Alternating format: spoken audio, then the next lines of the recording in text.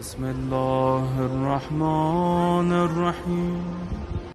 صلى الله عليه وعلى أهل بيته الطيبين الطاهرين المعصومين المظلومين المنتخبين المنتجبين الأكرمين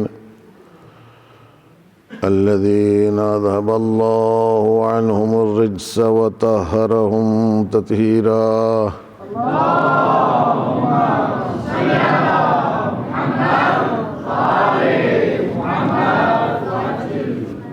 سيما بقية الله في الأرضين وحجة الله على العالمين الإمام المنتظر عجل الله تعالى له الفرج وروحي وأرواح العالمين لتراب مقدمه الفداء واللعنة الدائمة الباقية على أعدائهم وقاتليهم وغاصبي حقوقهم ومنكري فضائلهم ومناقبهم أجمعين من ليلتنا هذه إلى صباح يوم الدين. أما بعد فقد قال الله الحكيم في كتابه الكريم وهو أصدق القائلين وقوله الحق. بسم الله الرحمن الرحيم.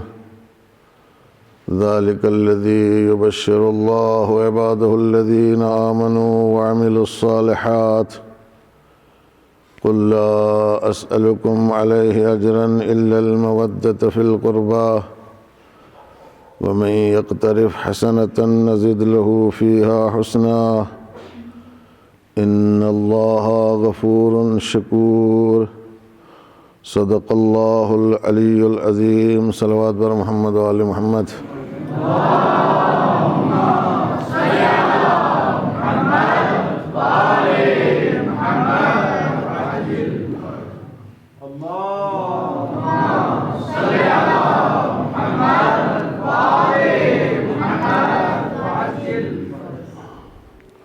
خاتون جنت دختر رسول بی بی فاطمہ زہرا سلام اللہ علیہا کی شہادت کی تاریخ ہے.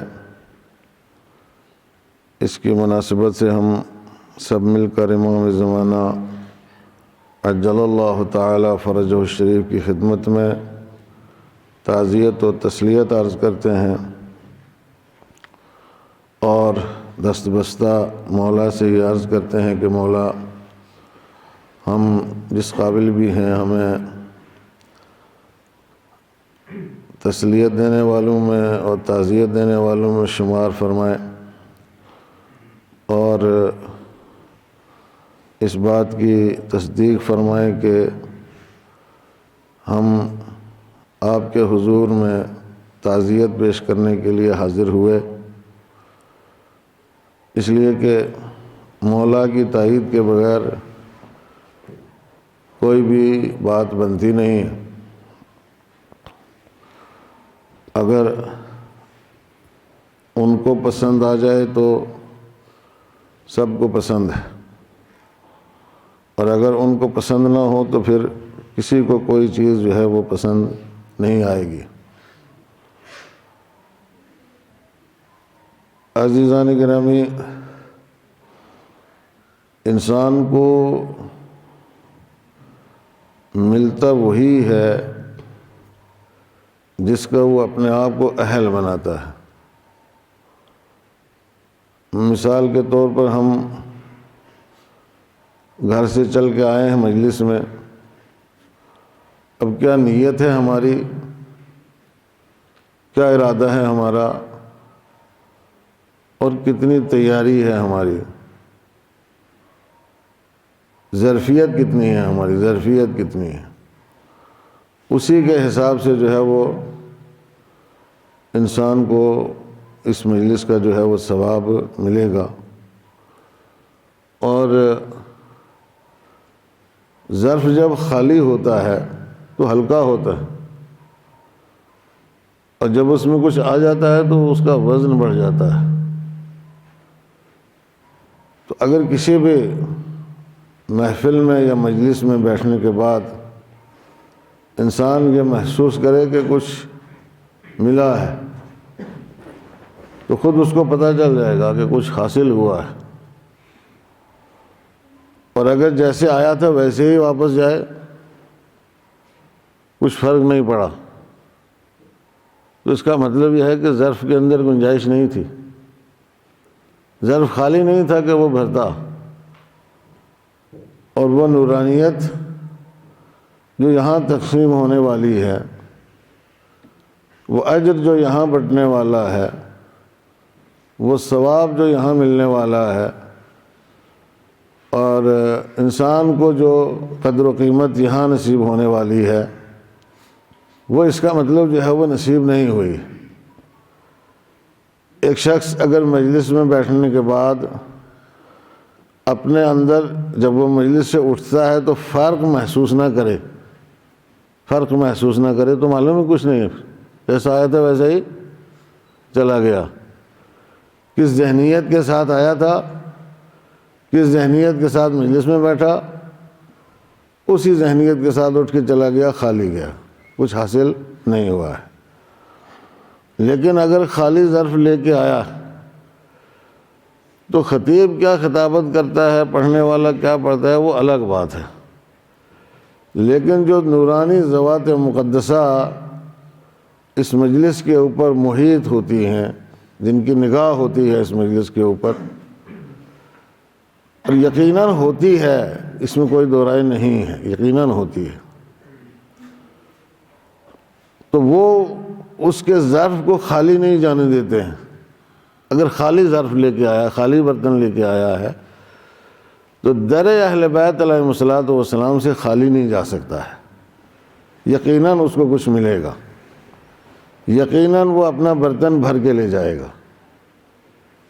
بالکل اسی طریقے سے جب انسان نماز کے لیے مسجد میں جاتا ہے، گھر سے آتا ہے مسجد میں جا رہا ہوں نماز پڑھنے کے لیے، اور ظرف اس نے خالی نہیں کیا، صاف نہیں کیا، دھویا نہیں ہے، اس کو شستشو نہیں دی ہے، آ گیا موبائل کان کے ساتھ لگا ہوا ہے، اور آتے آتے سیدھے آگے اقامت ہو رہی ہے، بند کیا موبائل، رکھا جیب میں، اللہ اکبر، آیا سن میں، اور پھر اس کے بعد پھر ادھر ہی شروع ہو گیا، اسی موبائل کے ساتھ لگ گیا، تو معلوم ہے اس کا ظرف خالی نہیں ہے، دھیان ادھر ہے ہی نہیں ہے، توجہ ادھر ہے ہی نہیں ہے، تیاری کر کے آیا ہی نہیں ہے، تو بالکل خالی چلا جائے گا۔ تو وہ نورانیت جو نماز سے انسان کو حاصل ہونا چاہیے تھی، وہ نورانیت اس کو حاصل نہیں ہوگی۔ لہذا میں آپ حضرات کی خدمت میں مقدمے میں یہ بات عرض کر دوں کہ اب چاہے بچے ہیں، جوان ہیں، بوڑھے ہیں، جیسے بھی لوگ مجلس میں آتے ہو تو ایک عقیدت کے ساتھ آیا کرو، احترام کے ساتھ آیا کرو، ظرف خالی لے کے آیا کرو، شستشو دے کر کے اس کو آیا کرو، تاکہ کچھ یہاں سے ملے۔ میں نہیں کہتا کچھ خطیب سے آپ کو ملے گا، خطیب تو ایک گھیر کے بیٹھنے کا ایک وہ ذریعہ ہے کہ کچھ آدمیوں کو گھیر کے وہ بیٹھا رہتا ہے، اس بہانے سے جو ہے وہ آپ لوگ بیٹھتے ہو، خطیب سے کچھ نہیں ملے گا، اور ہو سکتا ہے کچھ مل بھی جائے، کوئی ایک آدھ جملہ بھی اگر مل جائے تو وہ بھی کافی ہے، لیکن مجلس جن کے سلسلے میں ہے ان کی تو یقیناً مجلس کے اوپر نگاہ ہے، نظر ہے، توجہ ہے، اس لیے کہ مجلس وہ شے ہے کہ جو منسوس ہے، نص ہے اس کے پیچھے، معصوم کی نص ہے اس کے پیچھے، معصوم کا اہتمام ہے اس کے پیچھے، آئے سمجھ میں؟ تو پھر وہ شخص جو ہے وہ معصوم کی بزم میں آتا ہے، معصوم کے دروازے پہ آتا ہے، اہل بیت کے دروازے پہ آتا ہے، تو اہل بیت کے دروازے پہ اگر خالی ظرف لے کے آیا ہے تو انشاءاللہ بھرا ہوا واپس لے کر کے جائے گا۔ اور یہی وجہ ہے کہ اگر اس کیفیت کے ساتھ انسان بار بار مجلس میں آئے، بار بار مسجد میں آئے نماز پڑھنے کے لیے، تو اب اندازہ لگائیں کہ کتنی بار اس کو عطا ہوگا اس دربار سے۔ جتنی بار بھی اس کیفیت کے ساتھ آئے گا کچھ نہ کچھ لے کر کے جائے گا، اس کے وجود کی کثافتیں ختم ہوں گی، اور وجود جو ہے وہ اس کے اندر نورانیت پیدا ہوگی، محسوس کرے گا کہ یار کچھ تبدیلی میرے اندر آئی ہے، کچھ فکر میں تبدیلی آئی ہے، کچھ سوچ میں تبدیلی آئی ہے، کچھ احساس میں تبدیلی آئی ہے، کچھ جذبے میں تبدیلی آئی ہے۔ اور وہ کم سے کم کچھ دن تک، کچھ لوگ تو جیسے جیسے ان کی تیاری ہوتی ہے، کچھ لوگ تھوڑی دیر تک جو ہے وہ اس کے ساتھ رہتے ہیں، مثلا مسجد کے دروازے تک، مسجد کے دروازے سے نکلے تو سب کچھ صاف ہے۔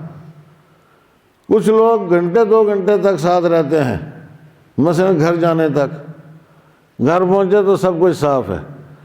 کچھ لوگ اور زیادہ دیر تک اس کے ساتھ رہتے ہیں، یعنی ایک مجلس سے ان کے اندر ایسی کیفیت پیدا ہوتی ہے کہ وہ کئی دن تک جو ہے وہ اس مجلس کے ساتھ رہتے ہیں، اور پھر اس کے بعد دوبارہ اگر مجلس میں بیٹھنا نصیب ہو جائے اسی کیفیت کے ساتھ، تو پھر وہ کبھی بھی اس مجلس سے جدا نہیں ہوتے ہیں، اس محفل سے جدا نہیں ہوتے ہیں، اس بزم سے جدا نہیں ہوتے ہیں۔ توجہ کی آپ نے؟ یہی وجہ ہے کہ اگر در اہل بیت علیہ الصلوۃ والسلام پر آنے کے بعد کسی کو اس کا ذائقہ نصیب ہو جائے، کسی کو اس کی چاشنی نصیب ہو جائے، تو پھر کبھی بھی وہ اس دروازے سے واپس نہیں جاتا ہے۔ ایک صلوات پڑھے محمد و آل محمد۔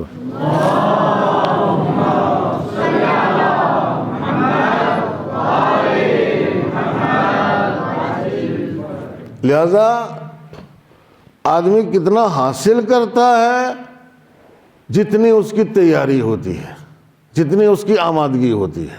آیا سمجھ میں؟ اور یہی سوال بڑے پیمانے پر بھی جو ہے وہ پیش ہوتا ہے کہ کائنات نے، عالم بشریت نے، عالم انسانیت نے اہل بیت علیہ الصلوۃ والسلام سے کیا حاصل کیا ہے؟ ظاہر سی بات ہے کہ اتنا ہی حاصل کیا ہے جتنی ان کی تیاری ہے۔ کائنات اگر کچھ اہل بیت سے حاصل نہیں کر پائی ہے تو اس کی وجہ کیا ہے؟ اس کی وجہ یہ ہے کہ اس کائنات کی آمادگی ہی اتنی ہے، تیاری ہی اتنی ہے، ظرفیت ہی اتنی ہے، شستشو نہیں ہوئی ہے، تہذیب نہیں ہوئی ہے، اس کی تنقیح نہیں ہوئی ہے، تقدیس نہیں ہوئی ہے۔ آیا سمجھ میں؟ اور جب نہیں ہوئی ہے تو جتنا ہوا ہے اتنا اس کو حاصل ہوا ہے، اور جہاں جہاں کچھ نہیں ہوا ہے وہاں اس کائنات کو کچھ بھی حاصل نہیں ہوا ہے۔ کیوں؟ اس لیے کہ بزم رسالت میں اگر کوئی آ رہا ہے تو دیکھنا یہ ہے کہ کیا عقیدہ لے کر کے آ رہا ہے، کیا نظریہ لے کر کے آ رہا ہے، یا کیسا ظرف لے کر کے آ رہا ہے بزم رسالت میں۔ جیسا اس کا ظرف ہوگا، جیسا اس کا عقیدہ ہوگا، ویسا ہی اس کو نصیب ہوگا، ویسا ہی اس کو حاصل ہوگا۔ اس لیے آپ نے دیکھا کہ سینکڑوں تھے بزم رسالت میں، مگر جب ایمان کے ناپنے تولنے کی باری آئی تو چند ایک، صرف 10 صحابی ایسے تھے کہ جو ایمان میں کسی درجے کے اوپر فائز نظر آئے، جن میں سب سے بڑے درجے کے اوپر سلمان تھے۔ سلمان 10 درجے کا ایمان جن کا تھا، اسی لیے ان کو کہا گیا سلمان منا اہل البیت، سلمان ہم اہل بیت میں سے ہے۔ تو وہاں جو ظرفیت جو آتا ہے ظرف لے کر کے، اب جب وہ ظرف پر ہو جاتا ہے تو وہ ان میں شامل ہو جاتا ہے، اس کو وہ شامل کر لیتے ہیں، اپنے ساتھ ملا لیتے ہیں۔ ایسے ہی اگر ہم بھی ایک ظرف خالی لے کر کے آئیں اور دست گدائی جو ہے وہ پھیلائے ہوئے ان کے دروازے کے اوپر آئیں، چاہے یہاں کی اس مجلس میں، ہم یہ کیوں سوچتے ہیں کہ ہم گرسائی نالہ مسجد فاطمہ الزہرا میں بیٹھے ہیں؟ اب یہ کیوں سوچتے ہو؟ ہمیں یہ نہیں سوچنا چاہیے ہم گرسائی نالہ مسجد فاطمہ الزہرا میں بیٹھے ہیں، بلکہ ہمیں یہ سوچنا چاہیے کہ ہم محضر رسالت میں بیٹھے ہیں، محضر نبوت میں بیٹھے ہیں، محضر امامت میں بیٹھے ہیں، محضر بی بی فاطمہ الزہرا سلام اللہ علیہا میں بیٹھے ہیں۔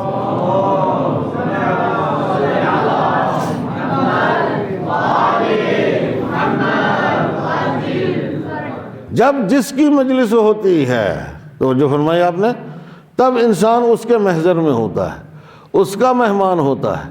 آیا سمجھ میں؟ اس کے گھر پہ ہوتا ہے، اس کے دروازے پہ ہوتا ہے، اس کی چوکھٹ پہ ہوتا ہے، اس کے حضور میں ہوتا ہے، اس کے حضور میں ہوتا ہے۔ یہ نہ سوچا کرو مجلس میں جاؤ تو یہ نہ سوچا کرو کہ ہم کسی مسجد میں جا رہے ہیں، کسی امام باڑے میں جا رہے ہیں، اس لیے کہ جب اس طرح کے تعلقات انسان کے دل و دماغ میں رہتے ہیں، کسی مسجد کا تعلق ہے، کسی امام باڑے کا تعلق ہے، کسی انجمن کا تعلق ہے، آیا سمجھ میں، تو پھر آدمی اسی میں الجھا رہتا ہے، اسی میں الجھا رہتا ہے۔ کہیں بھی جاؤ یہ سوچو کہ ہم محضر اہل بیت علیہم الصلوۃ والسلام میں ہیں، اور محضر اہل بیت محضر خدا ہے۔ ایک صلوات پڑھیں محمد و آل محمد۔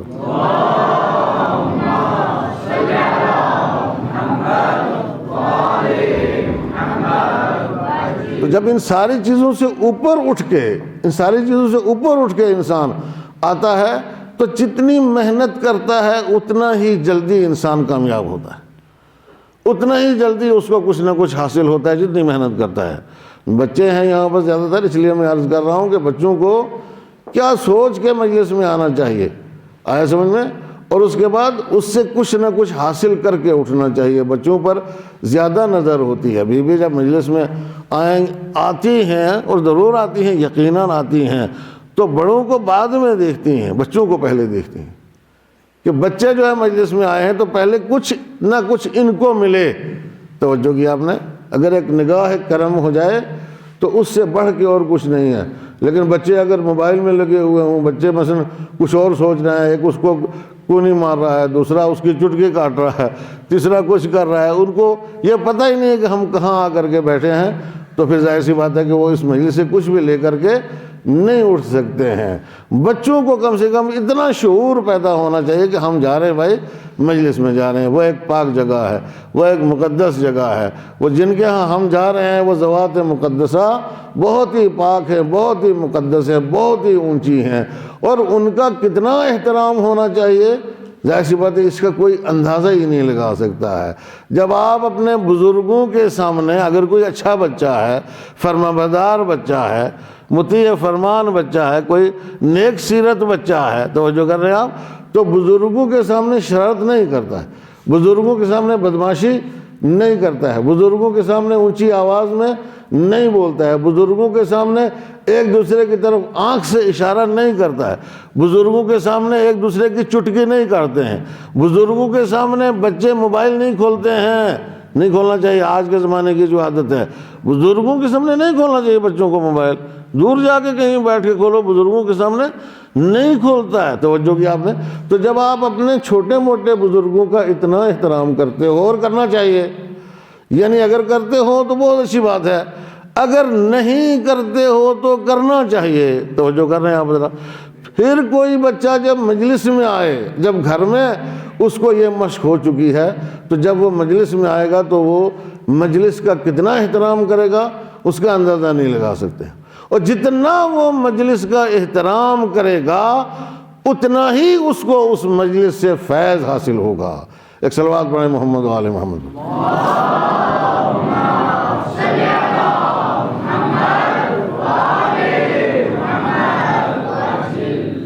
مانگنے سے نہیں ملتا ہے، مانگنے سے نہیں ملتا ہے۔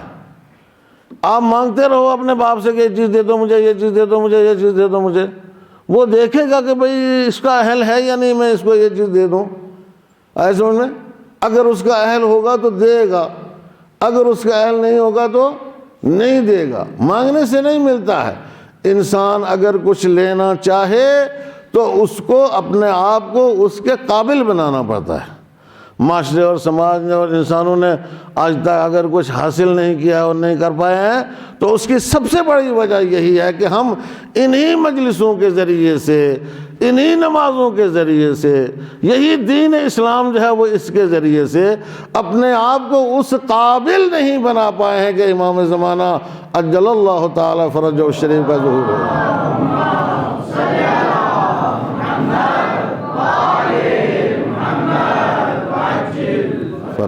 آپ دیکھ لیں دنیا دعا کرتی ہے، یعنی آج کل کم سے کم شیعہ تو بہت دعا کرتے ہیں امام کے ظہور کے لیے، بے شمار دعائیں ہوتی ہیں دنیا میں۔ ایسا نہیں ہے کہ دعاؤں میں کوئی کمی ہے، دعاؤں میں کوئی کمی نہیں ہے، دعائیں ندبہ ہوتی ہے، دعائیں کمیل ہوتی ہے، دعائیں توسل ہوتی ہے، اور دوسرے اجتماعات ہوتے ہیں، محفلیں ہوتی ہیں، مجلسیں ہوتی ہیں، خاص کر ظہور کی دعائیں ہوتی ہیں، توجہ کی آپ نے، بہت مانگتی ہے۔ مانگنے سے ملنے والا ہوتا تو آج تک مل گیا ہوتا، مانگنے سے اگر ملتا تو آج تک مل گیا ہوتا، امام کا ظہور ہو گیا ہوتا، لیکن مانگنے سے نہیں ملتا ہے، توجہ کرنے ہیں آپ حضرات، اہل بننے سے ملتا ہے، استعداد اپنے اندر پیدا کرنے سے ملتا ہے، صلاحیت اپنے اندر پیدا کرنے سے ملتا ہے۔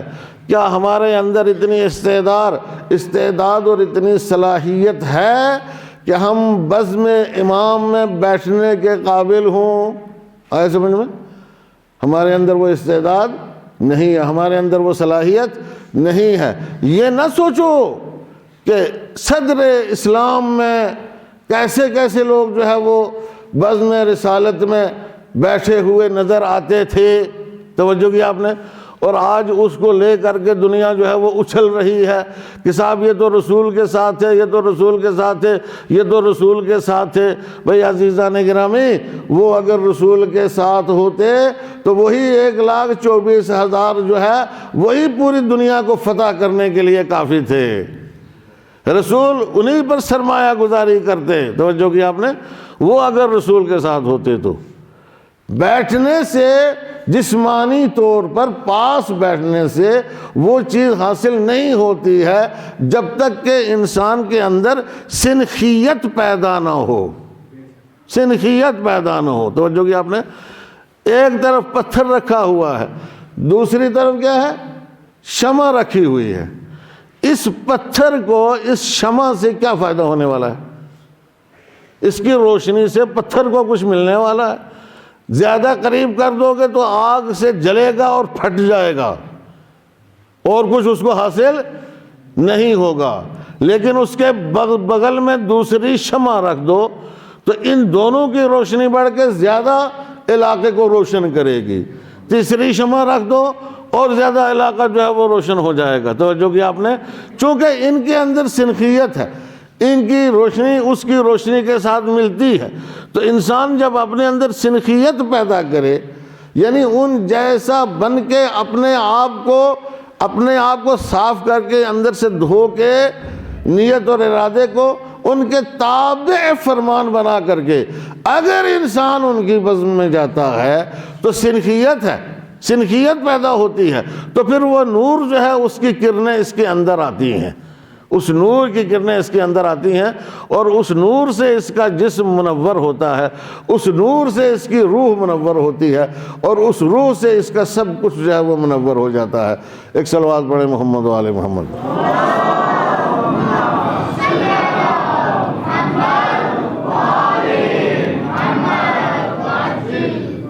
لہذا ابھی تک ہم تو پوری کائنات جو ہے وہ مل کر کے ابھی تک یہی سلیقہ اپنے اندر نہیں پیدا کر پائے ہیں کہ ہم کیسے ان کو بلائیں، کیسے ان کو پکاریں، کیسے ان کے ساتھ ہوں۔ آئے سمجھ میں؟ کیسے ان کے ساتھ ہوں۔ دنیا کہتی ہے کہ امام جو ہے وہ غائب ہیں، اور اکثر یہ سوال بھی اٹھتا ہے کہ صاحب اس زمانے میں جب امام غائب ہیں تو کیا کسی کو نظر آ سکتے ہیں یا نظر نہیں آ سکتے؟ امام سے ملاقات ہو سکتی ہے یا امام سے ملاقات نہیں ہو سکتی ہے؟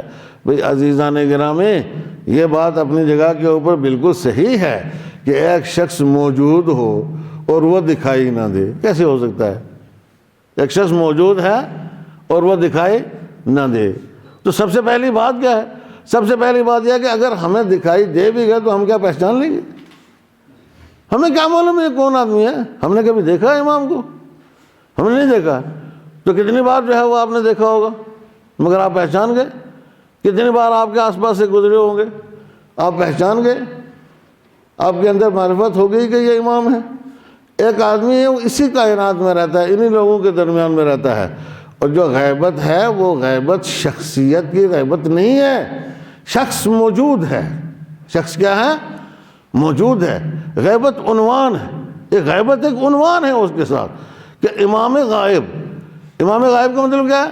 تم اتنی آسانی سے نہیں دیکھ سکتے ہو، اما وہ لوگ جو رسول کے پاس موجود تھے اتنی آسانی سے دیکھ کے رسول کو نہیں پہچان پائے، جو بزم رسالت میں رہتے تھے اور زندگی رسول کے ساتھ گزاری، اس کے بعد بھی رسول کو نہیں پہچان پائے کہ یہ رسول ہے یا اللہ کا رسول ہے، اس کا مقام و مرتبہ کیا ہے؟ اگر پہچان پائے ہوتے تو امت میں بعد رسول اکرم صلی اللہ علیہ وآلہ وسلم یہ اختلاف جو پیدا ہوا تھا یہ اختلاف پیدا نہ ہوتا، اس لیے کہ رسول کی غیبت بھی ایک عنوان کی غیبت تھی، رسول کا دنیا سے جانا بھی ایک عنوان کا دنیا سے جانا تھا، ورنہ شخص سے رسول جو ہے وہ دنیا میں آج بھی موجود ہے، اس وقت بھی موجود تھا۔ ایک صلوات پڑھیں محمد و آل محمد پر۔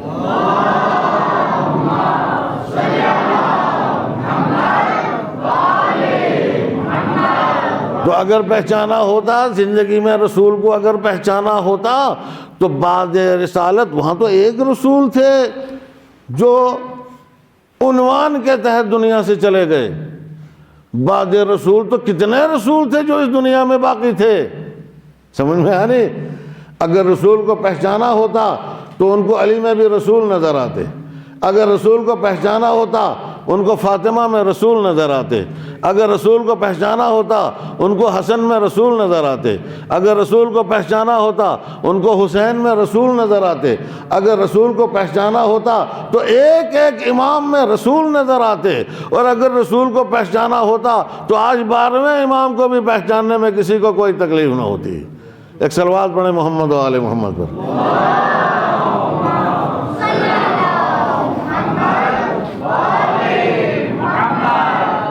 ہم جب اس ارادت کے ساتھ دیکھیں گے، اس شوق کے ساتھ دیکھیں گے کہ بھائی ہمیں ان کی تصویر اپنے دل و دماغ میں بٹھانی ہے، محفوظ رکھنی ہے، تب دوسرے جو ہے وہ پہچاننے کی کو ہوگی، ہمیں ہمت ہوگی اور پہچان پائیں گے دوسرے دن، جب تیسری بار دیکھیں گے، جب چوتھی بار دیکھیں گے۔ اگر انسان اس ارادت کے ساتھ دیکھتا ہی نہیں ہے تو وہ نہیں پہچانتا ہے۔ دنیا نے رسول کو نہیں پہچانا تھا، آیا سمجھ میں؟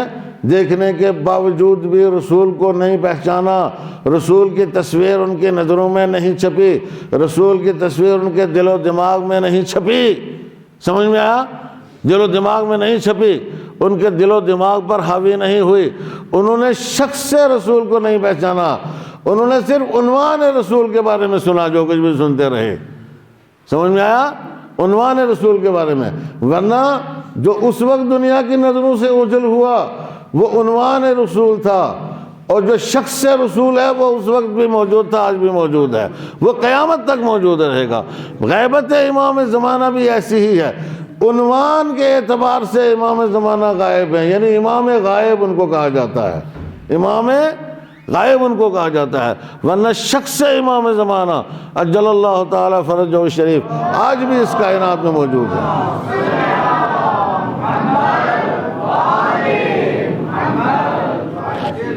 اور ایک امام نہیں، سارے معصومین علیہم السلام، خوب آپ جس کے اندر ملنے کی اپنے اندر سنخیت پیدا کر لیں اس سے آپ کی ملاقات ہو جائے گی، اس سے آپ کی ملاقات ہو جائے گی۔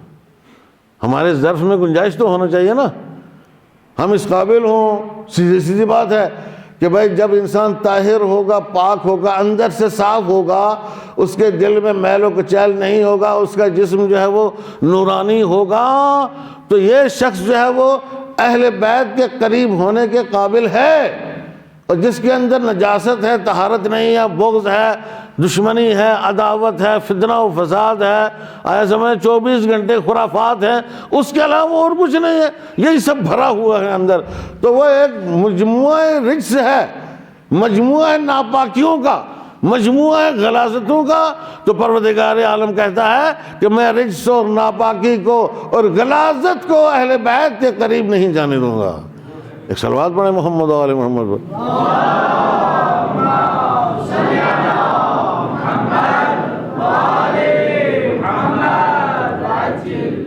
اور عزیزان گرامی، آپ نے دیکھا کہ تاریخ یہ بتاتی ہے کہ اگر دلوں کے اندر طہارت ہوتی، آپ کہتے ہو یہ کیا ہو گیا تھا بعد رسول اکرم صلی اللہ علیہ وآلہ وسلم، ہوا کیا تھا آخر، ہوا کیا تھا؟ یہی ہوا تھا جو آج ہے، یہی ہوا تھا نا، وہاں بھی یہی ہوا تھا۔ اگر آج کچھ ہمیں نظر نہیں آتا ہے تو کیوں نظر نہیں آتا ہے؟ نہ ہماری آنکھیں صاف ہیں، نہ ہمارا دل صاف ہے، نہ ہمارا بدن صاف ہے، نہ ہمارے اندر قداست اور پاکیزگی ہے، نہ ہمارے اندر طہارت ہے، کچھ بھی ہمارے اندر نہیں ہے، اس لیے ہمیں کچھ دکھائی نہیں دیتا۔ سمجھ میں آیا؟ یہ چیزیں تکوینی طور پر انسان کو حاصل نہیں ہوتی ہیں، یہ چیزیں رسول کے پاس بیٹھنے سے انسان کو حاصل نہیں ہوتی ہیں، یہ چیزیں رسول کو آمنے سامنے دیکھنے سے انسان کو حاصل نہیں ہوتی ہیں۔ یہ چیزیں اس وقت حاصل ہوتی ہیں کہ جب انسان سراپت تسلیم ہو، رسول کے سامنے سر تسلیم خم کر دے اور رسول کو اپنی جان و مال و عزت و آبرو و ناموس و اولاد و اپنی ہر چیز سے اولا اور اعلیٰ سمجھے اور برتر سمجھے اور اپنی ہر چیز کا مالک سمجھے، رسول کو مالک سمجھے، رسول کو، کہ ہم کچھ نہیں ہیں، ہم کچھ نہیں ہیں، ہمارا کچھ نہیں ہے، جو کچھ ہے رسول کا ہے، جو کچھ ہے رسول کا ہے۔ تو ظاہر سی بات ہے تب یہ اس طرح کی باتیں جو ہے وہ سامنے نہیں آ سکتی تھیں۔ اب اس اعتبار سے جس نے رسول کو پہچانا تھا، ظاہر سی بات ہے اس نے بعد رسالت بھی رسول کو پہچاننے میں غلطی نہیں کی، سمجھ میں آیا؟ اس نے بعد رسالت بھی رسول کو پہچاننے میں غلطی نہیں کی، لیکن جو نہیں پہچان پائے تھے، اس طرح سے رسول کو شناخت نہیں کر پائے تھے، ظاہر سی بات ہے کہ رسول کے دنیا سے جانے کے بعد وہ رسول کے ساتھ نہیں تھے، وہ کسی اور جگہ کے اوپر تھے، وہ کسی اور مقام کے اوپر تھے، وہ کسی اور جھنجھٹ میں لگے ہوئے تھے۔ توجہ کی آپ نے؟ وہ کسی اور جھنجھٹ میں لگے ہوئے تھے، اور لگے نتیجہ کیا ہوا؟ نتیجہ یہ ہوا کہ اس رسول کی میت کی تدفین میں 8 یا 9 آدمی شریک تھے۔ ایک صلوات پڑھیں محمد و آل محمد پر۔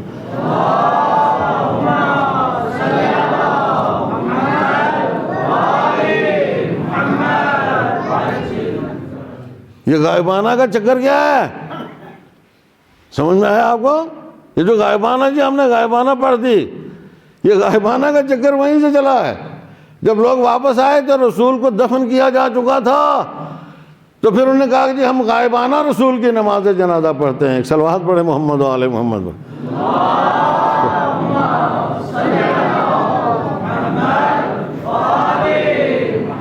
بھائی جب اتنے رسول کے شہدائی تھے آپ، اتنے رسول کے ماننے والے تھے آپ، تو پھر رسول سے بڑھ کے کیا ہے؟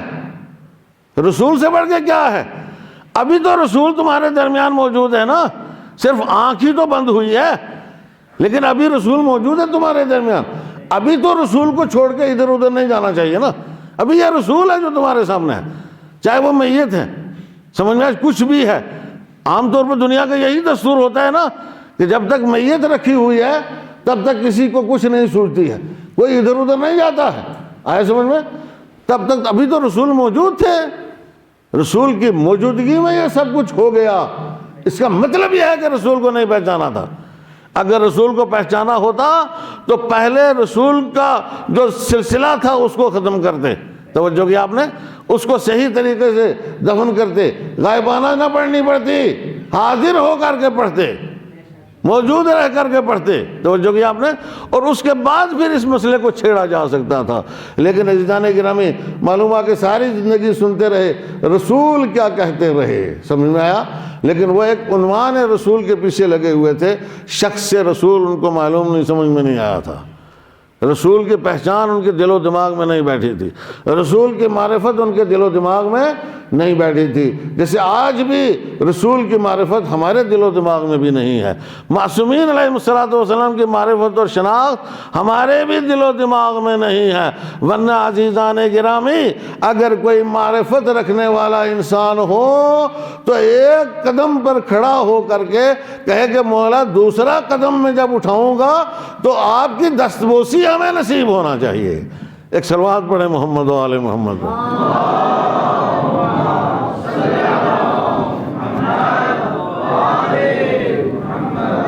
ایک اور صلوات پڑھے محمد و آل محمد۔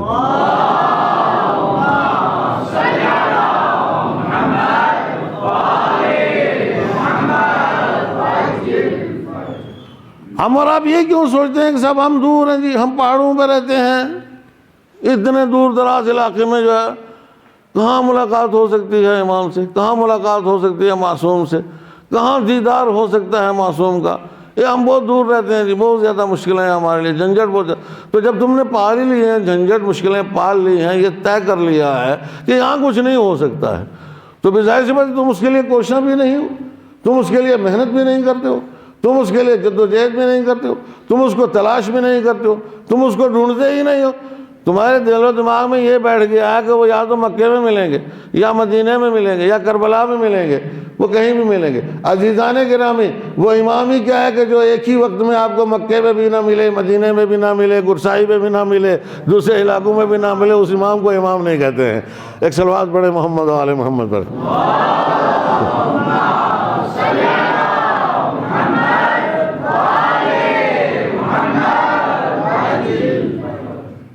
ایک بار رسول کے زمانے میں ایسا ہوا تھا، حضرت علی علیہ السلام کے لیے چھ میں گوئیاں ہوئیں کہ صاحب یہ علی کو کہتے ہیں مظہر العجائب ہیں۔ علی کیا ہے؟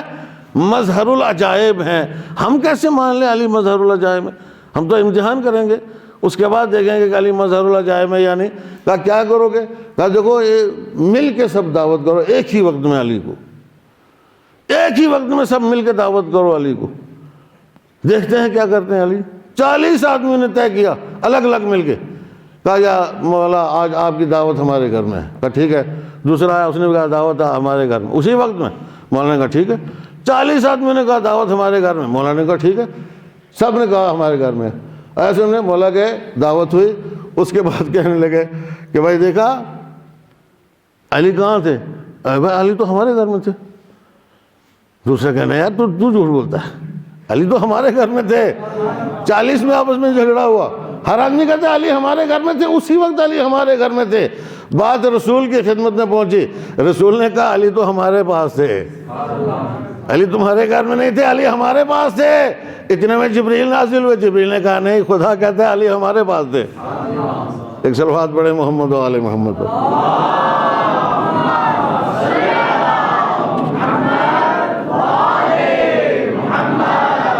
بھائی وہ امام تو ہو ہی نہیں سکتا ہے نا، وہ امام ہو ہی نہیں سکتا ہے جو کہے کہ نہیں صاحب یہ مجھ سے نہیں ہو سکتا۔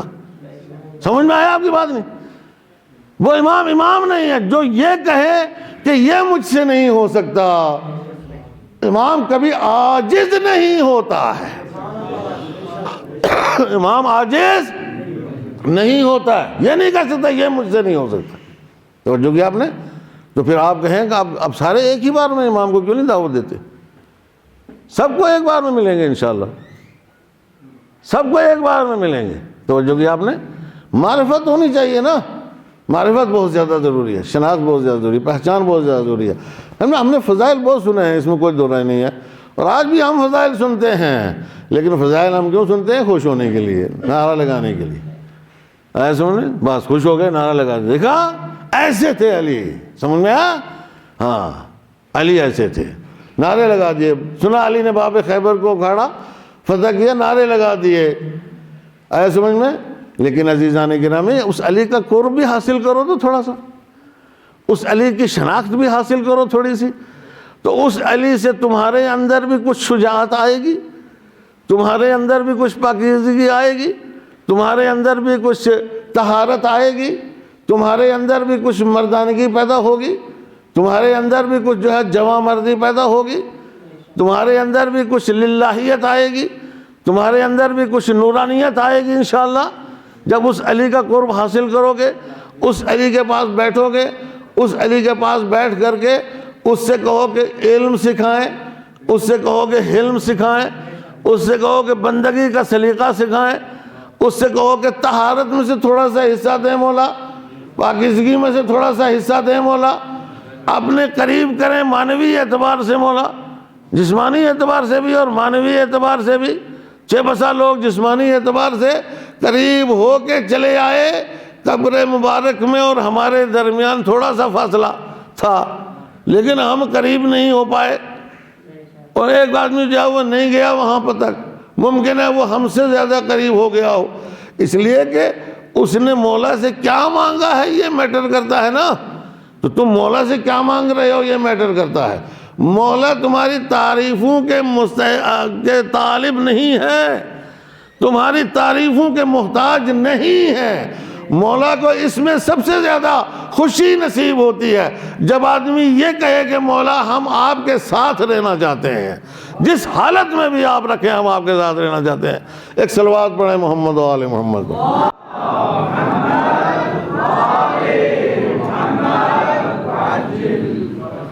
ہم ساتھ رہنا چاہتے ہیں، ساتھ رہنے کا جذبہ پیدا کریں نا۔ ایسے جب ساتھ رہنے کا جذبہ پیدا کریں گے تو تعریف کرنے کی ضرورت نہیں پڑے گی۔ آئے سمجھ میں؟ زبانی تعریف اور دل سے تعریف دونوں میں فرق ہے۔ مولا سمجھتے ہیں یہ تعریف جو کر رہا ہے اتنی بڑی مجلس ہے، سمجھ میں آئے؟ مجلسوں کو بھی آپ لوگ دیکھتے ہو نا، آج کل ذاکرین کو بھی دیکھتے ہو، مجلسیں پڑھنے والے، خاص طور سے اب میں نام کس لیے لوں، کچھ ذاکرین ایسے ہیں ماشاءاللہ امامے والے بھی ہیں، لیکن جب آپ دیکھو مجلس پڑھ رہا ہے تو کہتے ہیں ہاں لوگ ہیں بھائی، لوگ غائب، موجود ہی نہیں۔ کیا کہ مطلب کیا ہے کہنے کا؟ اتنی تعریف نہیں کی میرے نقطے کے اوپر، اس لیے بھائی آپ کوئی سن رہا ہے؟ بات سمجھ میں آئی؟ نہیں سمجھ میں آئی؟ سمجھ میں آیا؟ مطلب کیا ہے؟ تعریف کرو ہماری۔ بابا یہ تو کوئی بات ہی نہیں ہوئی نا، تعریف کرو ہماری۔ تو کیا ہوتا ہے؟ لوگ بہت زیادہ تعریفیں کرتے ہیں، ان سے پوچھو آپ اتنی تعریفیں کیوں کر رہے ہو، اتنے نعرے کیوں لگا رہے ہو؟ کیا واقعی اس سے مولا خوش ہو جائیں گے آپ کی اتنی تعریفیں کرنے سے؟ کہ بھائی مولا خوش ہوں یا نہ ہوں، ہم تو یہ دیکھتے ہیں کہ دوسرا کتنا جلتا ہے اس سے۔ ایک صلوات پڑھے محمد و آل محمد۔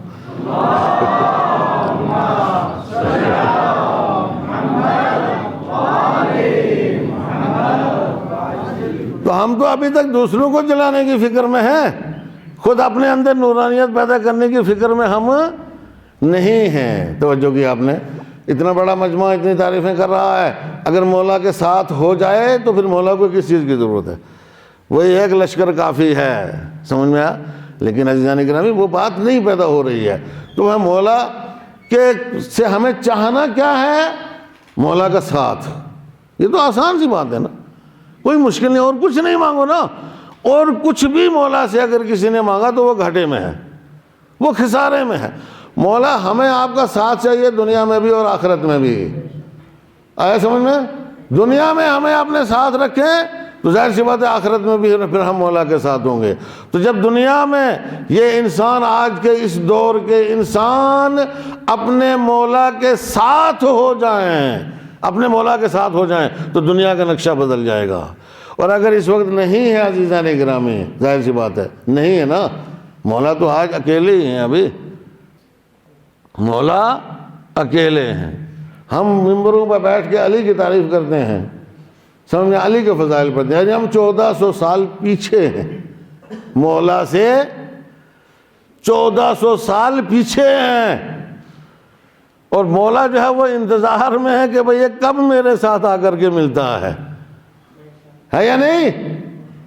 مولا اس انتظار میں ہے کہ یہ کب آ کے میرے ساتھ ملتا ہے، اور ہم 1400 سال پیچھے ہیں۔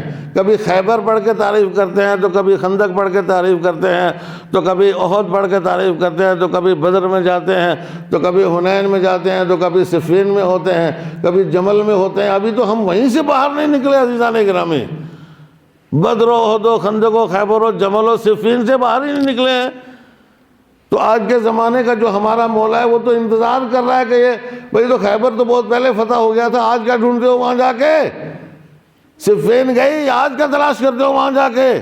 جمل گئی، آج کا تلاش کرتے ہو وہاں جا کے؟ تمہیں جتنا ایمان اس سے حاصل کرنا چاہیے تھا اس سے ایمان حاصل کرو۔ آج جو خیبر ہے اس کو اکھاڑنا ہے، آج جو جمل ہے اس کو فتح کرنا ہے، آج جو صفین ہے اس کو فتح کرنا ہے۔ آج جو معرکے دنیا میں موجود ہیں اس سے زیادہ دشوار معرکے ہیں کہ جو معرکے علی نے فتح کیے تھے، ان کے بارے میں تم کیا سوچتے ہو؟ توجہ کی آپ نے؟ ان معرکوں کو سر کرنے کے لیے آج مولا کو ساتھیوں کی ضرورت ہے، اور یہ لوگ جو ہے وہ ادھر جا کر کے ان جنگوں میں الجھے ہوئے ہیں۔ ایک صلوات پڑھیں محمد و آل محمد۔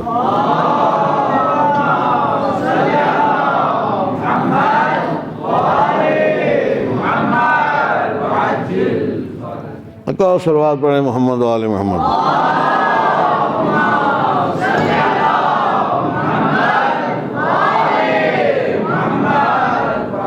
یہی وہ حقیقت ہے عزیزان گرامی، یہی وہ حقیقت ہے جس سے ہمیں درک کرنا بہت زیادہ ضروری ہے، جس کو ہمیں سمجھنا بہت زیادہ ضروری ہے کہ ہمیں آج اس زمانے میں مولا کا ساتھ دینا ہے، لیکن ہم کہاں ہیں؟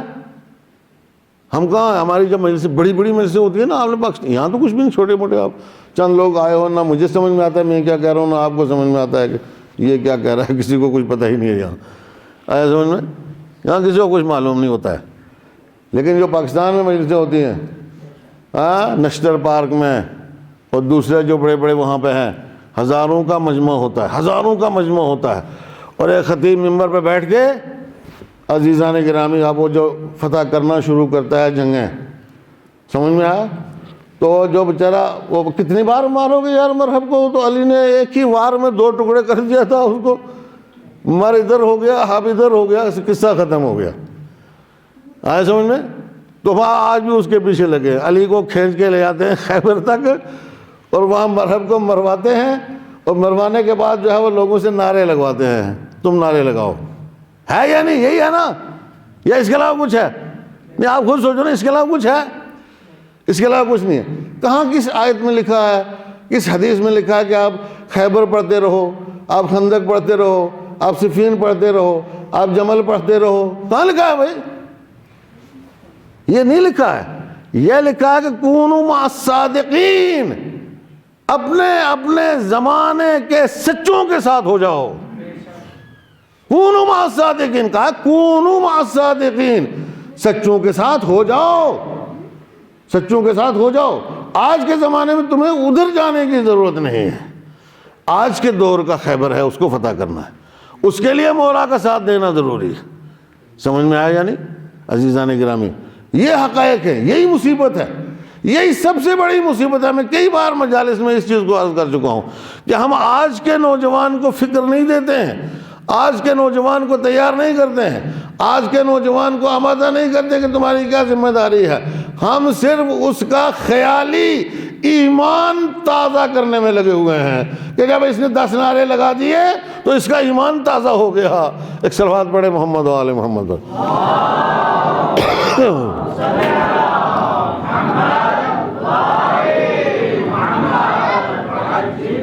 یہ اس طرح کے نعروں سے ایمان تازہ نہیں ہوتا ہے، اور بوسیدہ ہوتا ہے۔ یہ تازہ نہیں کر رہے ہیں، یہ اور بوسیدہ کر رہے ہیں، اور زیادہ بوسیدہ کر رہے ہیں۔ اس دور کے خیبر کو پہچاننے کی ضرورت ہے، اس دور کے بدر کو، احد کو پہچاننے کی ضرورت ہے۔ توجہ کی آپ نے؟ اصل اس دور میں دعوت ذوالعشیرہ سے دوبارہ شروع کرنے کی ضرورت ہے، دعوت ذوالعشیرہ سے دوبارہ شروع کرنے کی ضرورت ہے۔ ایک صلوات پڑھے محمد و آل محمد پر۔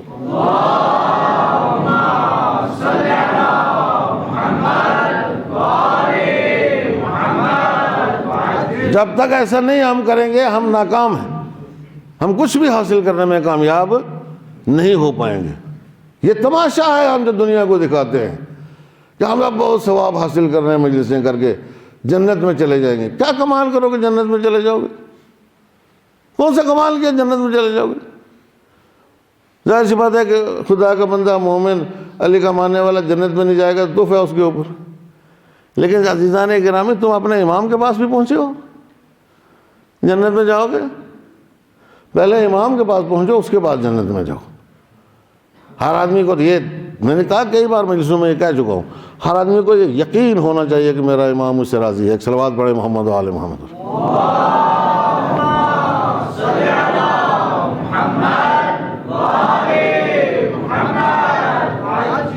ہر آدمی کو یہ یقین ہونا چاہیے کہ میرا امام مجھ سے راضی ہے۔ یہ بہانہ نہیں چلے گا کہ امام پردہ غیب میں ہے، امام نہیں ہے پردہ غیب میں۔ توجہ کی آپ نے؟ امامت پردہ غیب میں ہے۔ اگر میں کہوں تو امامت پردہ غیب میں ہے، امام پردہ غیب میں نہیں ہے، اور امام کی امامت بھی پردہ غیب میں نہیں ہے، اس لیے کہ امامت کا فائدہ بالکل انسان کو آج بھی اسی طریقے سے مل رہا ہے کہ جس طریقے سے رسول کے زمانے میں رسالت کا فائدہ ملا تھا، علی کے زمانے میں امامت کا فائدہ ملا تھا۔ توجہ کی آپ نے؟ آج بھی امامت کا فائدہ دنیا اسی طرح اٹھا رہی ہے۔ تو امامت بھی ظاہر ہے، امام بھی ظاہر ہے۔ اگر کوئی غائب ہے تو ہم غائب ہیں۔ ایک صلوات پڑھیں محمد و آل محمد پر۔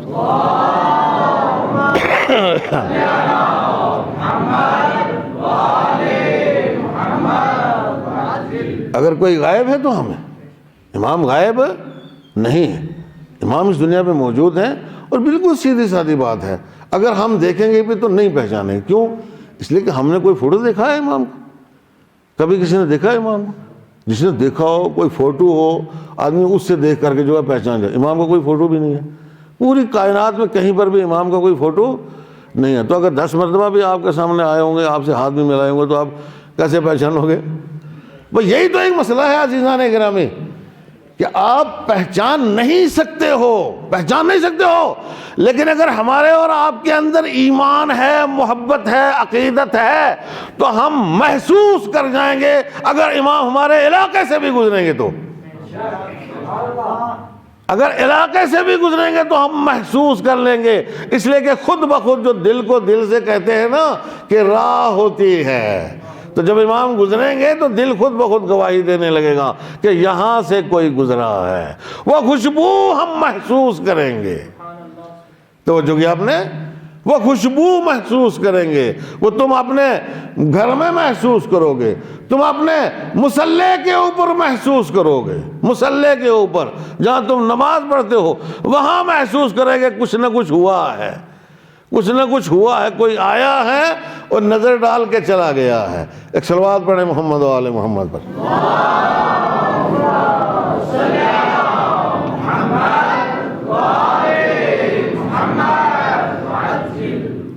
یہ چیز میٹر کرتی ہے، سنخیت پیدا کرنا ہے، احساس اپنے اندر پیدا کرنا ہے، جذبے کو اپنے بیدار رکھنا ہے، محبت کو اپنے بیدار رکھنا ہے، عشق کو اپنے اندر بیدار رکھنا ہے، توجہ کیا آپ نے، اور جذبہ اطاعت کو بیدار رکھنا ہے، سر سپردگی کے جذبے کو بیدار رکھنا ہے، سر تسلیم خم کرنے کے جذبے کو بیدار رکھنا ہے۔ اور اس وقت جتنے بھی احکام الہیہ ہیں، ظاہر سی بات ہے کہ جو آدمی اس جذبے کو اپنے اندر بیدار کرنا چاہتا ہے یا بیدار رکھنا چاہتا ہے، وہ احکام الہیہ سے منہ نہیں موڑ سکتا ہے کسی قیمت پر بھی۔ جب بھی اس کو معلوم ہو کہ یہ شریعت کا مسئلہ ہے اور اس کام کو کرنا ہے، تو جو کہ آپ نے اللہ کا حکم ہے، اس کام کو انجام دینا ہے، تو وہ اس کام سے دور نہیں بھاگ سکتا ہے۔ ایک صلوات پڑھیں محمد و آل محمد پر۔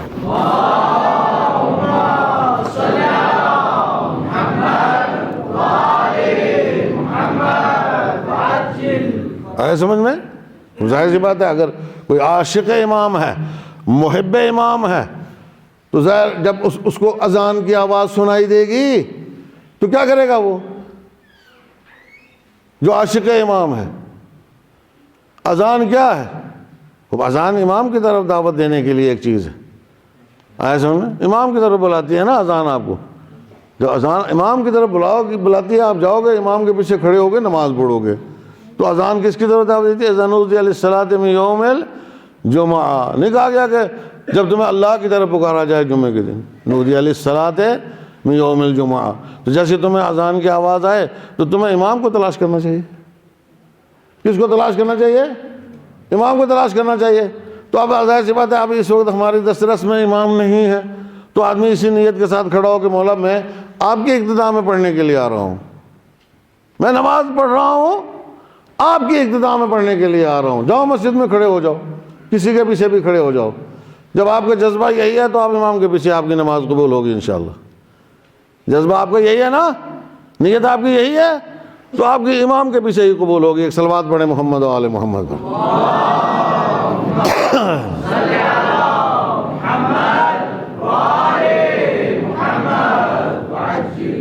تو اب عزیزان کریں، بس اب یہ جاننا ضروری ہے کہ ہمارے اندر معرفت کتنی ہے امام کی، امام کے دیدار کا اور ملاقات کا شوق کتنا ہے، جذبہ کتنا ہے، اس کا امتحان کر لیں، خود اس کا امتحان کر لیں۔ وہ آیت اللہ کیا ہے ان کا نام، دانشمند ہے، جو ایران کا ایک مفکر ہے، دانشمند ہی ہے، شاید فارسی میں تقریریں کرتے ہیں، انہوں نے ایک تقریر کی تھی، میں نے شاید یہ واقعہ آپ کو سنایا بھی تھا پہلے، کہ تہران میں کسی ایک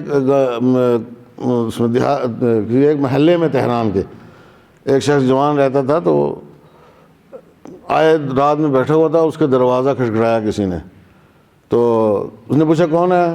کہا مہدی ہوں۔ پوچھا کون ہے؟ کہا مہدی ہوں۔ کہا بس مولا 2 منٹ کی مہلت دیجیے، 2 منٹ کی۔ اللہ اکبر۔ اب وہ اپنے گھر کی صفائی ستھرائی میں لگ گیا، کیا چیز ٹھیک ہے، کیا غلط ہے، کیا اٹھانا ہے، کیا رکھنا ہے، کہاں بٹھانا ہے، کیا نہیں کیا، سب کرنا ہے نا۔ ایسے اچھا کام ہے یا برا کام ہے؟ اچھا ہی ہے نا، بھائی گھر صاف کرے گا، امام آئیں گے تو بیٹھیں گے، اچھا کام ہے، بہت اچھا کام ہے۔ وہ صفائی ستھرائی میں لگا ہوا تھا۔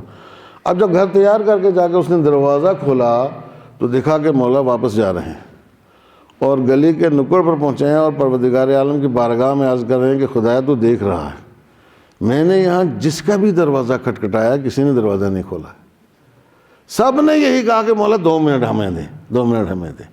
توجہ کی آپ نے؟ تو یہ تو مولا کا مزاج ہے نا، 2 منٹ ہمیں دیں تو یہ کوئی بات ہی نہیں ہوئی نا۔ 2 منٹ ہمیں دیں، کیوں 2 منٹ آپ کو دیں بھائی؟ جب مولا نے کہا دروازہ کھولو تو آپ کو وہاں سے پیچھے جانے کا کیا حق ہے؟ واپس جانے کا کیا حق ہے؟ واپس جانے کا حق نہیں ہے نا۔ آپ کا گھر کیسا ہے؟ دروازہ کھول دو، مولا یہی ہے جو کچھ ہے، دروازہ کھولو، پیچھے نہیں جا سکتے واپس۔ سمجھ میں آیا آپ کی؟ اور اس طرح کا امتحان نہ جانے کتنی بار ہم لوگوں کو ہو چکا ہے۔ ایک صلوات پڑھے محمد و آل محمد پر۔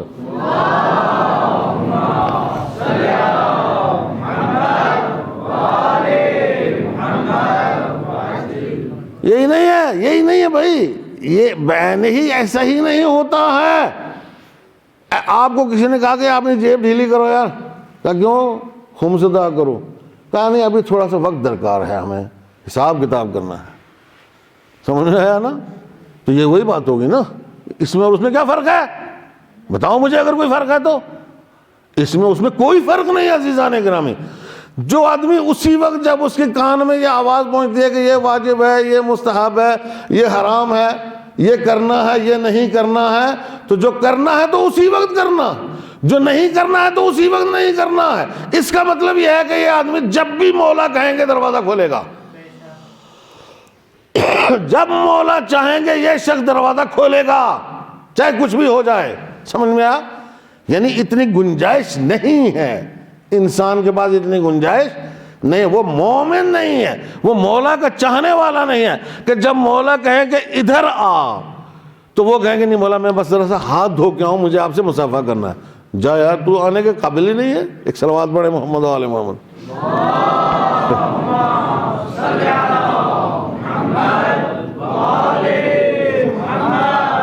ایک اور صلوات پڑھے محمد و آل محمد پر۔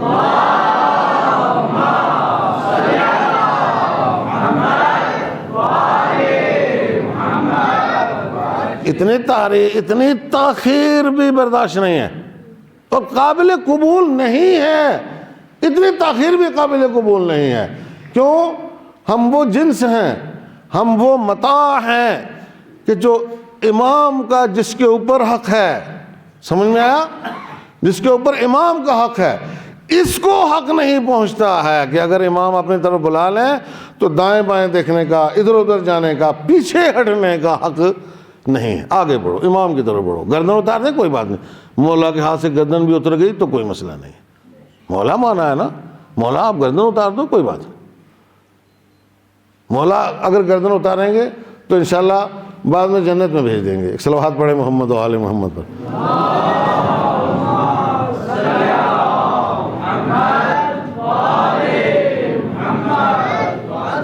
لیکن عزیزان گرامی یہ جذبہ یہ ہوتا ہے، تو یہ جذبہ تو اپنے اندر پیدا کرنا ضروری ہے، اور یہ یوں ہی نہیں پیدا ہو جاتا ہے، اس کے لیے محنت ہے، مشقت ہے، احکام ہے، اسلام ہے، دین ہے، شریعت ہے، قواعد و ضوابط ہیں، ایسے حلال حرام ہے، یہ ساری چیزیں ان سب کو دیکھنا ضروری ہے۔ پہلے انہی چیزوں سے شروع کرو گے، حلال و حرام سے شروع کرو گے، حرام کو چھوڑو گے، حلال کو اختیار کرو گے، نجس کو چھوڑو گے، پاک کو اختیار کرو گے۔ سمجھ میں آیا؟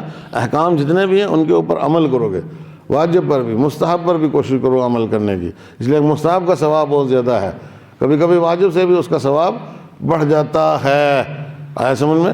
تو جب تک آدمی ڈھونڈ کے احکام کو ان کے اوپر عمل نہیں کرتا ہے، اس کے اندر وہ جذبہ جو ہے وہ پیدا، اس کا مطلب جو ہے وہ ابھی نہیں ہوا ہے، جذبہ پیدا کرنے میں کامیاب نہیں ہو پایا ہے۔ تو پھر جتنی مرضی تعریفیں کرتے رہو، جتنے مرضی نعرے لگاتے رہو، ان کا کوئی فائدہ نہیں ہے۔ ہمیں ڈھونڈ کے مولا کے ساتھ ہونا ہے۔ عزیزان گرامی یہی تو وجہ تھی نا، آپ نے دیکھا نا بعد رسول اکرم صلی اللہ علیہ وآلہ وسلم. آخر کیا ہوا؟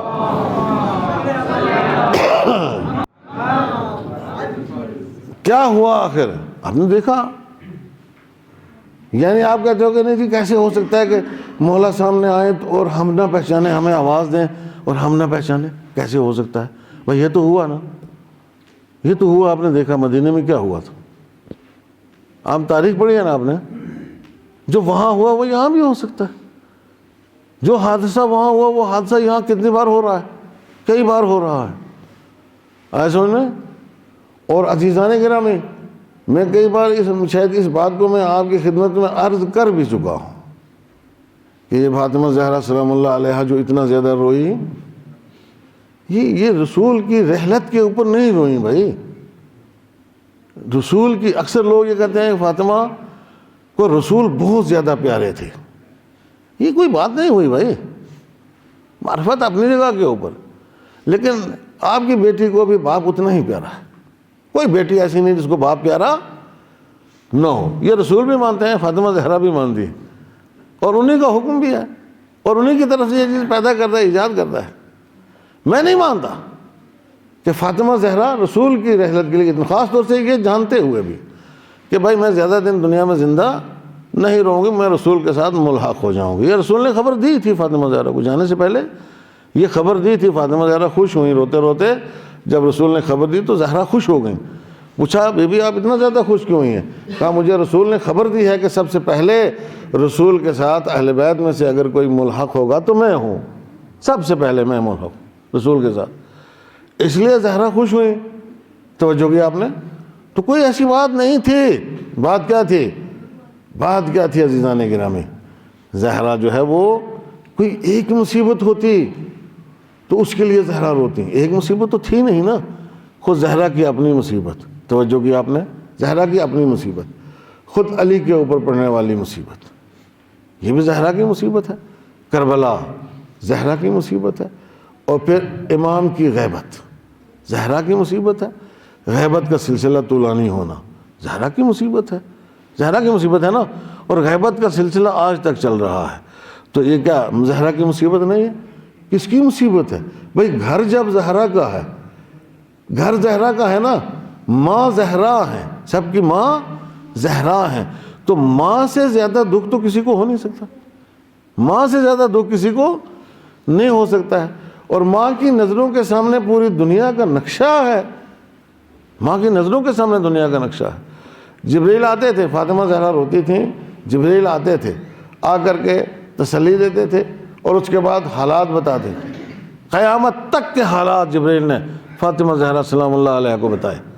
مصحف فاطمہ موجود ہے. مصحف فاطمہ بڑی کتاب ہے، بڑی کتاب ہے، جس کو قرآن فاطمہ اگر کہا جائے تو غلط نہیں ہے. مصحف فاطمہ امام کے پاس موجود ہے. آیا سمجھ میں؟ اس میں سارے واقعات قیامت تک کے لکھے ہوئے. تو زہرا نہ روتی تو کون روتا؟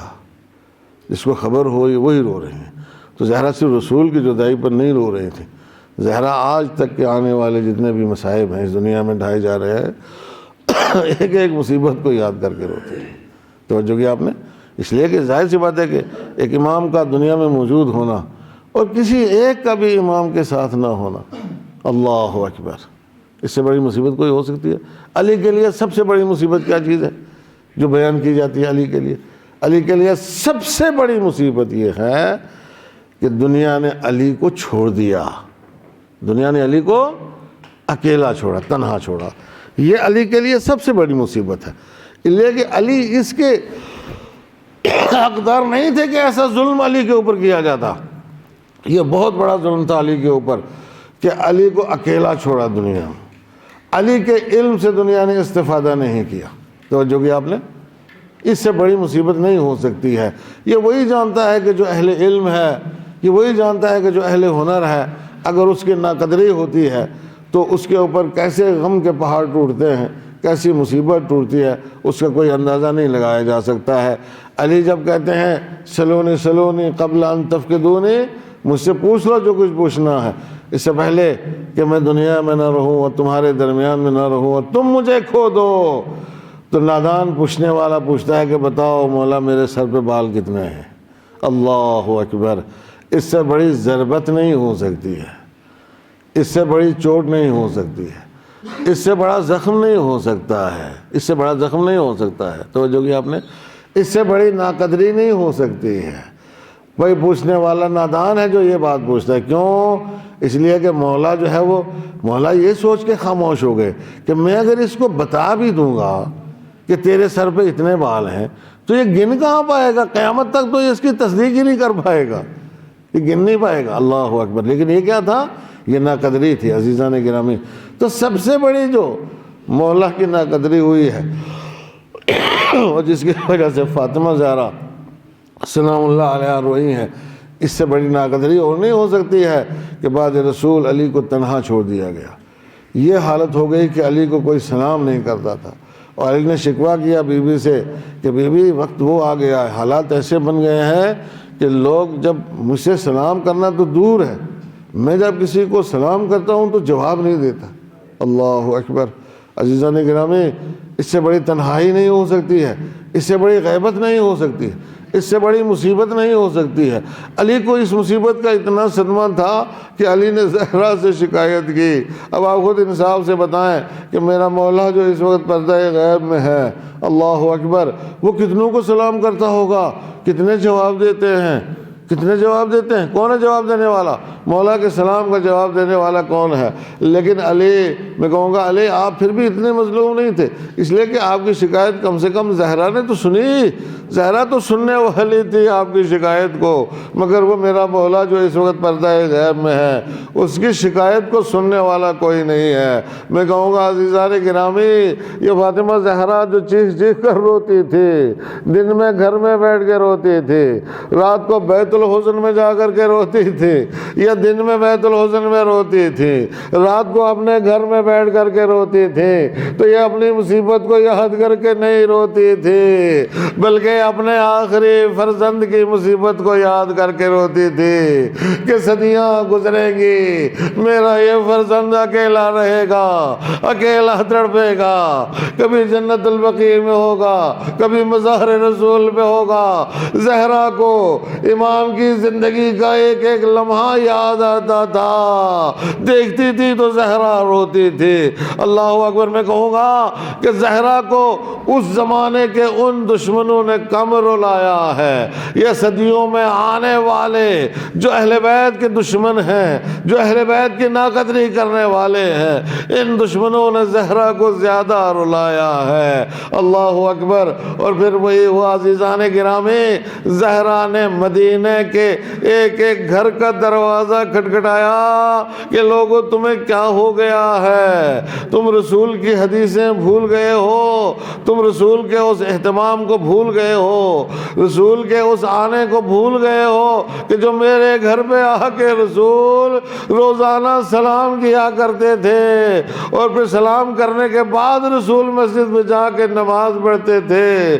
اے مسلمانوں تمہیں کیا ہو گیا ہے؟ یہ اسی علی کا گھر ہے کہ جس کو تم سلام نہیں کرتے ہو، جس کے سلام کا تم جواب نہیں دیتے ہو۔ اے مسلمانوں یہ وہی علی ہے جو نفس رسول ہے، اے مسلمانوں یہ وہی علی ہے جو مباہلہ میں رسول کے ساتھ تھا، جو ہر میدان میں رسول کے ساتھ تھا، اور جس کے بغیر رسول نے اپنی رسالت کا اعلان تک نہیں کیا۔ اے مسلمانوں یہ وہی رسول ہے، لیکن جن کو نہیں پہچاننا تھا انہوں نے نہیں پہچانا۔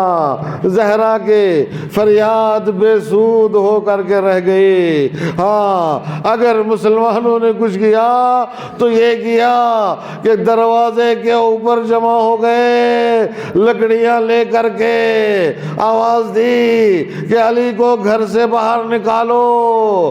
کہا علی نے قسم کھائی ہے کہ میں گھر سے باہر نہیں نکلوں گا جب تک کہ میں قرآن کو جمع کر لوں نہ کر لوں۔ اے مسلمانوں علی کو قرآن جمع کرنے دو۔ مسلمانوں نے اس کی پرواہ نہیں کی اور کہا علی کو نکالو ورنہ گھر میں آگ لگا دیں گے۔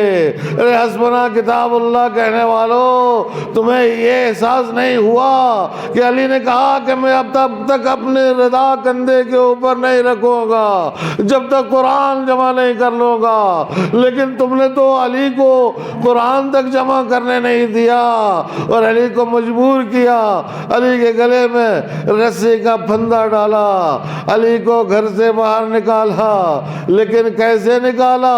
دروازہ توڑا، دروازے میں آگ لگائی، فاطمہ کے اوپر دروازہ گرایا، فاطمہ کو زخمی کیا، فاطمہ کی پسلیاں ٹوٹ گئیں، دختر رسول کراہتی رہ گئی، دختر رسول چلاتی رہ گئی، یہ رسول کے جگر کا ٹکڑا ہے۔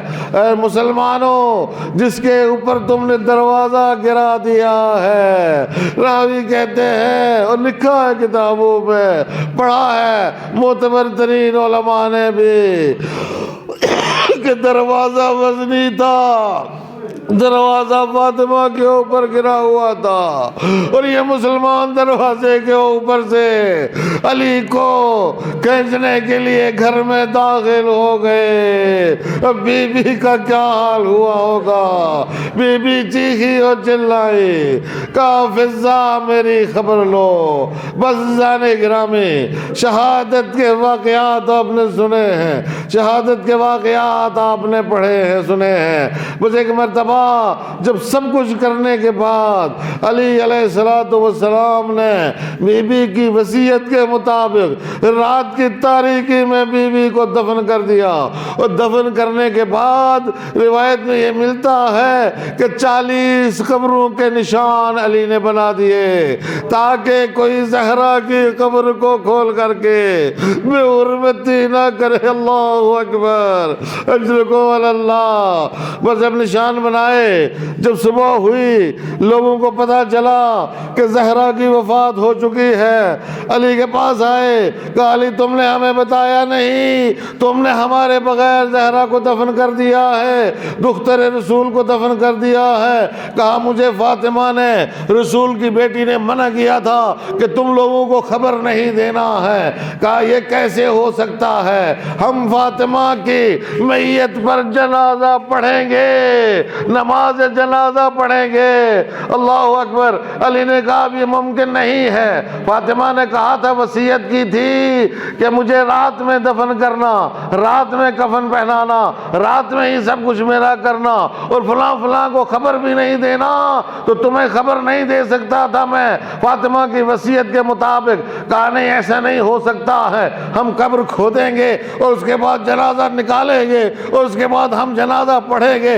بس اللہ اکبر، وہ علی جس نے تلوار کو نیام میں رکھ دیا تھا، کہا مسلمانوں میں اپنی جان کے اوپر کھیل سکتا ہوں، میں اپنی جان قربان کر سکتا ہوں، مگر یہ نہیں ہو سکتا ہے کہ دختر رسول کی قبر کھودی جائے جس کو رسول نے مجھے امانت کے طور پر دیا تھا۔ تم میں ہے اگر کوئی کہ جس کو اپنے تن پر سر بھاری لگتا ہے تو آؤ علی کی تلوار کا دم خم دیکھو، زہرا کی خاطر خون کی ندیاں بہا دوں گا۔ میں کہوں گا علی آخر کار آپ کے صبر کا بند بھی ٹوٹا، کیسے نہ ٹوٹتا، مسئلہ بی بی کی حرمت کا تھا۔ اللہ لعنت اللہ علی القوم الظالمین، فسيعلم الذين ظلموا أي منقلب ينقلبون، إنا لله وإنا إليه راجعون، رضا بقضائه وتسليما لأمر الله بحق الزهراء وأبيها وبعلها وبنيها والسر المستودع فيها۔ معبود ہمارے امام کے ظہور میں تعجیل فرما، ہمیں ان کے اعوان و انصار میں شامل فرما، اور ان کے سامنے دین اسلام کی حمایت کرتے ہوئے جذبہ درجہ شہادت پر فائز فرما۔ وتقبل منا انک انت السمیع العلیم۔